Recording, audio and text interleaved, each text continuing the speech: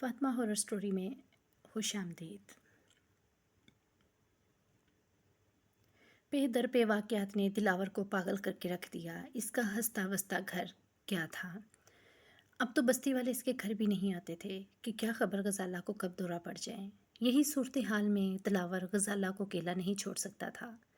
آخر کو اس کی بیوی تھی جو بیٹی کے بعد اس کا واحد اثاثہ تھی، لیکن غزالہ کے ساتھ تنہائی میں سو بھی نہیں سکتا تھا کہ جانے کب غزالہ کا دماغ الٹ جائے اور وہ حملہ کر دے۔ لہٰذا دلاور کا دوست جبار بھی وہیں آ گیا تھا۔ غزالہ کے سونے کے بعد دلاور سوتا اور جبار جاگتا اور پہرا دیتا رہتا تھا۔ بابو جی کی موت کے بعد غزالہ پر سکون تھی اور بظاہر چنگی بلی تھی، لیکن دلاور کا خوف کم نہ ہو رہا تھا اور وہ بدستور خوف زدہ تھا۔ اس وقت جبار اور دلاور بیٹھے باتیں کر رہے تھے اور غزالہ رات کا کھانا تیار کر رہی تھی۔ جبار کہنے لگا، صبح ایک کامل کو بلایا ہے۔ اس کا کہنا ہے کہ میں ایک دفعہ جس چار دیواری کے اندر قدم رکھ دوں، اگر جن وہاں ہیں تو باہر نہیں جا سکتے، اور اگر اس وقت وہاں نہیں ہیں تو آئندہ وہاں آ نہیں سکتے۔ کیا نام ہے اس عامل کا؟ دلاور اشتیاق بھرے لہجے میں بولا۔ نام تو مجھے صحیح نہیں معلوم، مگر لوگ انہیں شاہ صاحب کہتے ہیں۔ انسانیت کی بھلائی کے لیے ہر جگہ پہنچ جاتے ہیں۔ جب میں نے غزالہ بھابی کا ذکر ان کے ساتھ کیا تو انہوں نے فوراً حساب لگا کر بتایا کہ یہ کافر جن ہیں اور نقصان پہنچائے بغیر نہیں جاتے۔ میں نے کل صبح ان سے آنے کا وعدہ لے لیا ہے اور گھر کا پتہ اور نقشہ سمجھا دیا ہے۔ انشاءاللہ سب ٹھیک ہو جائے گا۔ اللہ کرے ایسا ہو، دلاور مایوس لہجے میں بولا۔ رات آخری ہچکیاں لے رہی تھی۔ دلاور گہری نیند میں، جبار بھی جاگتے جاگتے اب اونگ رہا تھا۔ ساری رات اکیلے جاگ کر گزارنا بڑے دل گردے کا کام ہے۔ اچھوں کو رات کے آخری پہر نیند اپنے شکنجے میں کس لیتی ہے۔ ایسے میں غزالہ جو اپنے بستر پر روندی پڑی تھی، ہولے سے کس آئی، پھر ایک جھٹکے سے اس کی آنکھ کھل گئی۔ کچھ دیر وہ خالی ذہن سوچتی رہی، پھر مشینی انداز کے ساتھ چارپائی سے نیچے اتر گئی اور کمرے سے باہر نکل گئی۔ اس کا رخ باورچی خانے کی طرف تھا۔ چند ہی لمحوں بعد غزالہ ہاتھ میں سبزی کاٹنے والی تیز دھار چھری تھامے کمرے میں داخل ہوئی۔ اب اس کے چہرے کی رنگت اور نقشہ تبدیل ہو چکا تھا۔ آنکھوں کی خوبصورتی اور چہرے کی معصومیت وحشت میں ڈھل چکی تھی۔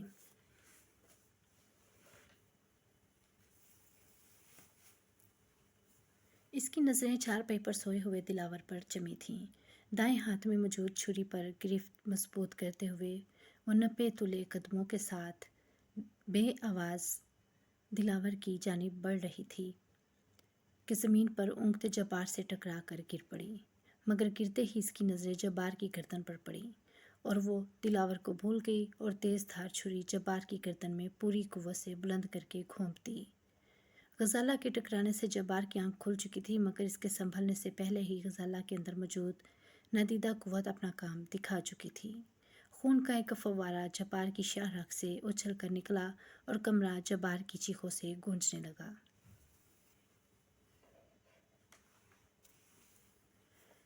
دلاور اس شور سے ہڑبڑا کر اٹھ بیٹھا اور کمرے کا منظر دیکھ کر اس کے اوسان خطا ہو گئے۔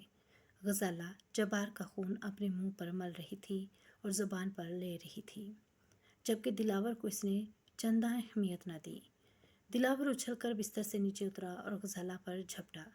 اسی اثنا میں باہر سے کھلی والا دروازہ دھڑا دھڑ کوئی پیٹنے لگا۔ کنبوت، دروازہ کھولو، دروازہ کھولو، جلدی کرو، میں آ رہا ہوں، کنبوت، میں آ رہا ہوں۔ دروازہ جیسے کوئی توڑنے کے لیے بے چین تھا۔ دروازہ دھڑا دھڑ پیٹا جا رہا تھا۔ دلاور بے سوچے سمجھے خارجی دروازے کی طرف بھاگا اور اگلے لمحے جھٹکے کے ساتھ دروازہ کھول دیا اور ہکا بکا رہ گیا۔ دروازے پر سبز رنگ کی پگڑی باندھے خاصے چھوٹے قد کے ایک بارش بزرگ کھڑے تھے اور ان کے ہاتھ میں انڈوں سے بھری ٹوکری تھی۔ مجھے شاہ صاحب کہتے ہیں۔ دلاور ہٹ جاؤ، بارش بزرگ پورے زور سے بولے اور پھر ہاتھ سے دلاور کو ہٹاتے ہوئے بغیر اجازت ملے تیزی سے اندر گھس گئے۔ دلاور کو ان کے آنے سے تحفظ کا احساس ابھرا اور وہ بھی ان کے پیچھے تیزی سے چلتا ہوا کمرے میں آ گیا۔ غزالہ اس وقت خون پی کر کھڑی ہو چکی تھی اور اس وقت ایک مکمل خون اشام کے روپ میں تھی۔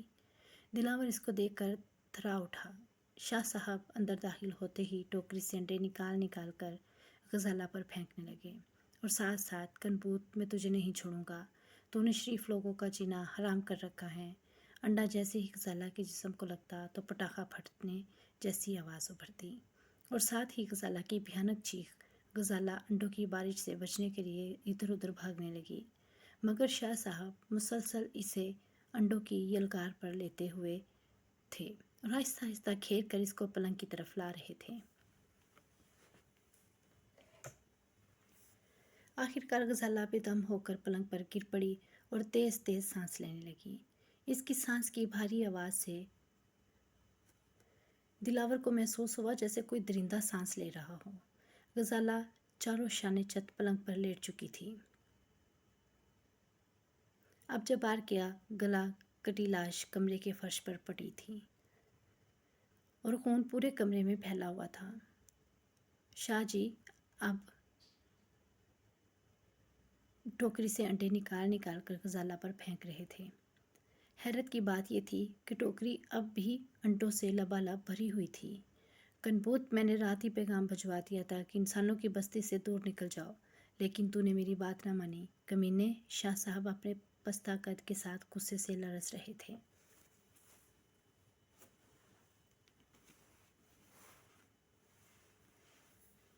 جاؤ شاہ جی، ورنہ پچھتانے کے لیے بھی وقت نہ ملے گا۔ میرے راستے سے ہٹ جاؤ۔ غزالہ جو پلنگ پر لیٹی تھی ایک دم مردانہ اور بھاری آواز میں بولی اور پلنگ پر اٹھ کر بیٹھ گئی۔ اس کو اٹھتے دیکھ کر شاہ جی نے پھر تیزی سے 2 انڈے نکال کر اس پر پھینکے تو وہ پھر پلنگ پر گر کر دلاور ان تمام مناظر کو دیکھ کر حواس باختہ ہو رہا تھا۔ غزالہ کی شکل اور آواز اسے یوں محسوس ہو رہی تھی کہ جیسے اس کے اندر کوئی بدروح حلول کر گئی ہو۔ اب شاہ صاحب نے غزالہ کے پلنگ کے ارد گرد انگلی سے دائرہ لگانا شروع کر دیا۔ جیسے ہی انہوں نے دائرہ لگانا شروع کیا، غزالہ پھر اچھل کر بیٹھ گئی۔ اس کی آنکھیں ایک دم بہت پھیل گئیں اور پھر اس کے حلق سے فلک شگاف چیخ بلند ہوئی اور وہ تیزی سے شاہ صاحب کے انڈوں کی ٹوکری پر جھپٹی اور ٹوکری کو زوردار جھٹکا دیا۔ شاہ صاحب ٹوکری بچانے کے لیے تیزی سے پیچھے ہٹے تو فرش پر پڑی جبار کی لاش سے ٹکرا گئے اور پشت کے بل فرش پر گر گئے۔ انڈوں کی ٹوکری ان کے ہاتھ سے چھوٹ کر گر پڑی۔ گرتے ہی تمام انڈے ٹوٹ گئے اور ان سے سرخ رنگ کا دھواں نکلنے لگا۔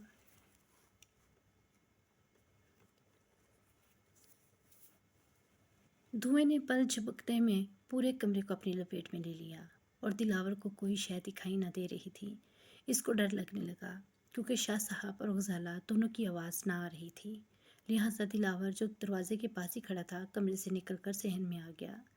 گلی محلے کے لوگ شور شرابہ سن کر اکٹھے ہو چکے تھے۔ انہوں نے دلاور کو گھیر لیا اور استفسار کرنے لگے، لیکن دلاور کی زبان کنگ تھی اور وہ کسی کے سوال کا جواب نہ دے سکا۔ تھوڑی دیر میں سرخ دھواں کم ہونے لگا تو سب لوگوں نے کمرے کا رخ کیا۔ دلاور بھی ان کے ساتھ تھا۔ کیا دیکھتے ہیں کہ شاہ صاحب کی خون آلود لاش آڑی ترچھی کمرے میں پڑی تھی۔ جسم پر کوئی زخم نہ تھا بلکہ خون مساموں سے بہہ رہا تھا۔ سارے جسم پر خون کے قطرے تھے جو جم چکے تھے، جبکہ غزالہ تمام لوگوں پر نظریں جمائے اپنی چارپائی پر چاروں شانے چت لیٹی تھی۔ اچانک غزالہ کے حلق سے انتہائی کرخت بھدی مردانہ اور کھردری آواز نکلی، جو کہ غزالہ کی اپنی آواز ہرگز نہ تھی۔ دلاور، تو نے میرے بچوں کو زخمی کیا، میں نے تیری بچی سے بدلہ لیا۔ اب تیری پتنی غزالہ مجھے پسند آ گئی ہے، لہٰذا اس کو میں اپنے پاس بلا رہا ہوں۔ اب اس کا وچار اپنے من سے کھرچ دے اور اسے بھول جا۔ اب غزالہ میری ہے۔ شانتی چاہتا ہے تو اب کسی عمل کے چکر میں نہ پڑنا۔ میرا نام کنبوت ہے۔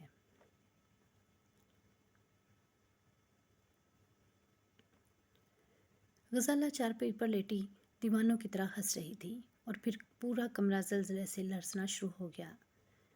کمرے کے اندر موجود تمام لوگ ایک دوسرے سے لپٹ گئے۔